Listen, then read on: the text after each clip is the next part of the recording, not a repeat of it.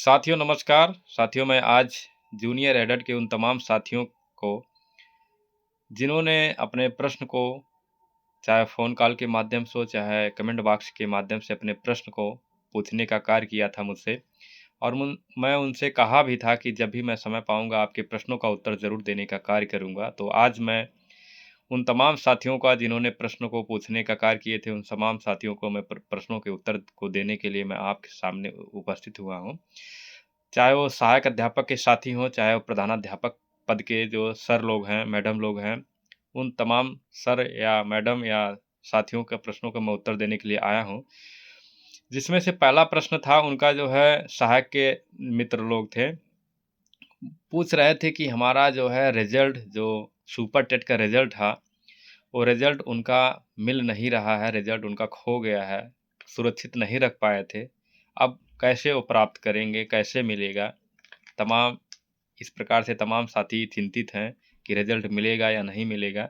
तो मैं उन तमाम साथियों को कहना चाहता हूँ कि आप लोग परेशान ना और बिल्कुल परेशान ना रहिए। आपका रिज़ल्ट जब भी आवेदन पुनः आवेदन लेने के लिए जो है, जब पोर्टल खुलेगा, वेबसाइट खुलेगी तो आप अपना रिज़ल्ट को डाउनलोड कर सकेंगे। इसके लिए आप परेशान बिल्कुल ना रहिए। मैं फिर से एक बार कहना चाहता हूँ कि जब भी आवेदन लेने के लिए पोर्टल खुलेगा, वेबसाइट खुलेगी तो आप अपने रिज़ल्ट को सुपर टेट के रिज़ल्ट को डाउनलोड कर सकते हैं। इसके लिए परेशान ना रहिए।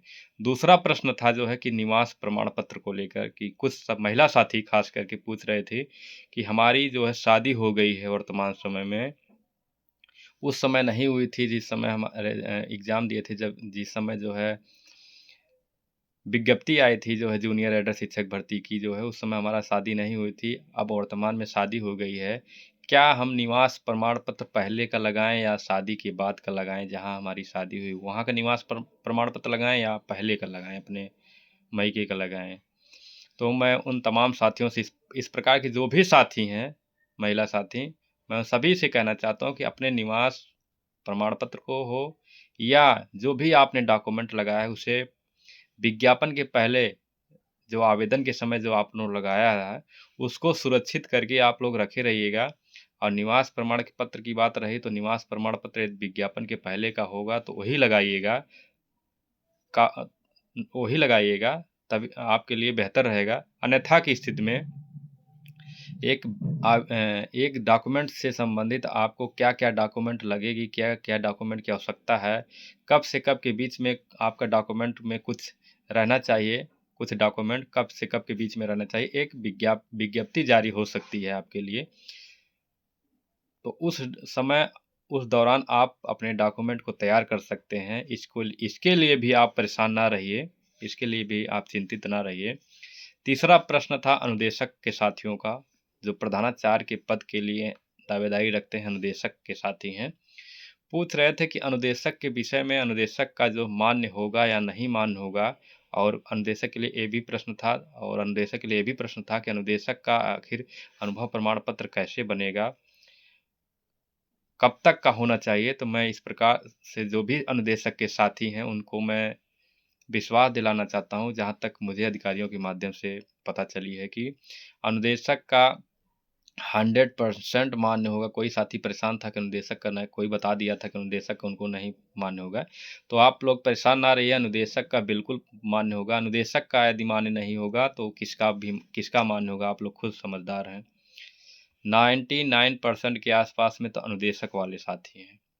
अनुदेशक का नहीं मान्य होगा तो फिर किसका मान्य होगा?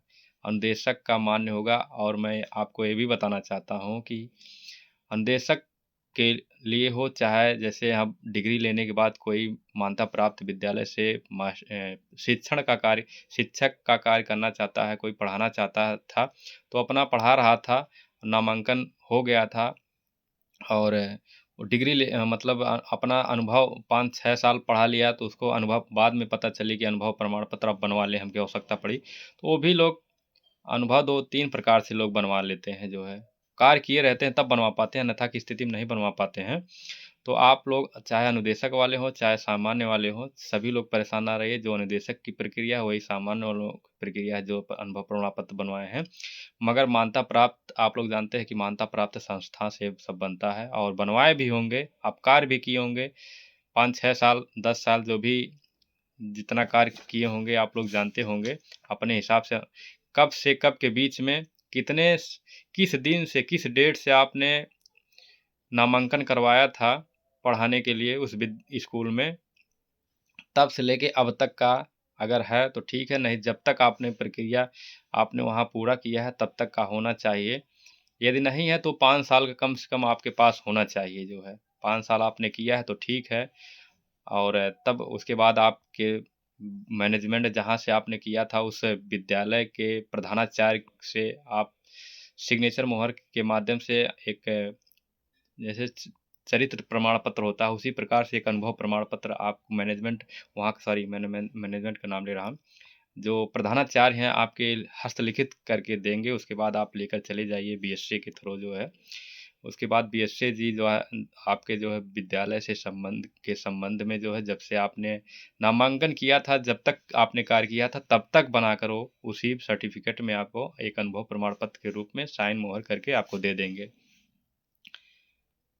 ठीक है साथियों, आप लोग निश्चिंत रहिए, इसके लिए आप परेशान ना रहिए। तीसरा उनका जो है प्रश्न था जो है कि सीट बढ़ेगी या नहीं बढ़ेगी साथियों का, तो जो बहुत ही बताना और कठिन कार्य है। कठिन कार्य क्या है, आसान कार्य है, मगर लोग परेशान हो जाते हैं। कहने का मतलब ये है, मैं आपको विश्वास दिलाना चाहता हूँ कि निश्चित करना चाहता हूँ। देखिए साथियों, आप भी अभ्यर्थी हैं, मैं भी अभ्यर्थी हूँ, तो आपके साथ ऐसा ना कहें आप भावनाओं के साथ। लोग कहते हैं कि भावनाओं के साथ हम लोग खेलते हैं, जो जानकारी रहती है वही बताया जाता है। सीट नहीं बढ़ रही है, आप मैं एक बार नहीं 1000 बार कह रहा हूँ कि सीट नहीं बढ़ रही है, मैं क्यों आपको झूठा आश्वासन दूँ या मैं क्यों झूठा बताऊँ। तीसरी और 5वां प्रश्न था जो है उनका, क्या नाम है कि जियो कब तक आ रहा है।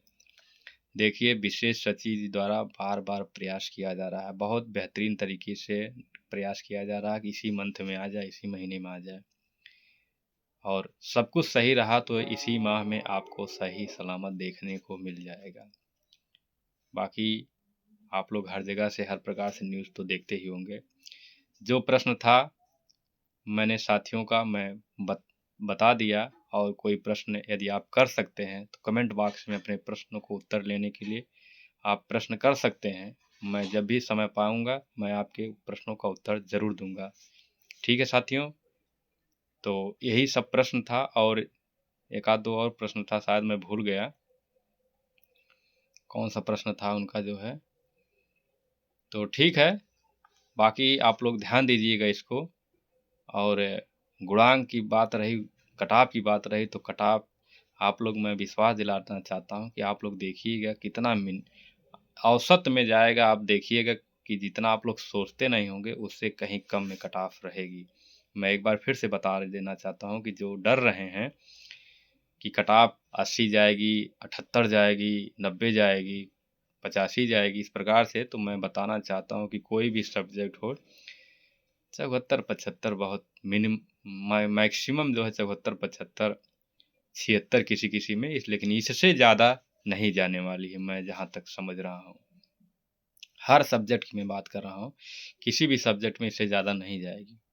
हाँ, संस्कृत में सीटें जो है 85 बताई जा रही है, अरे मैं बता दिया 85 बताई जा रही है, तो सीट इसमें जो है सीट की अपेक्षा कट ऑफ इसमें हाई थोड़ा जा सकता है, थोड़ा नहीं बहुत जा सकता है।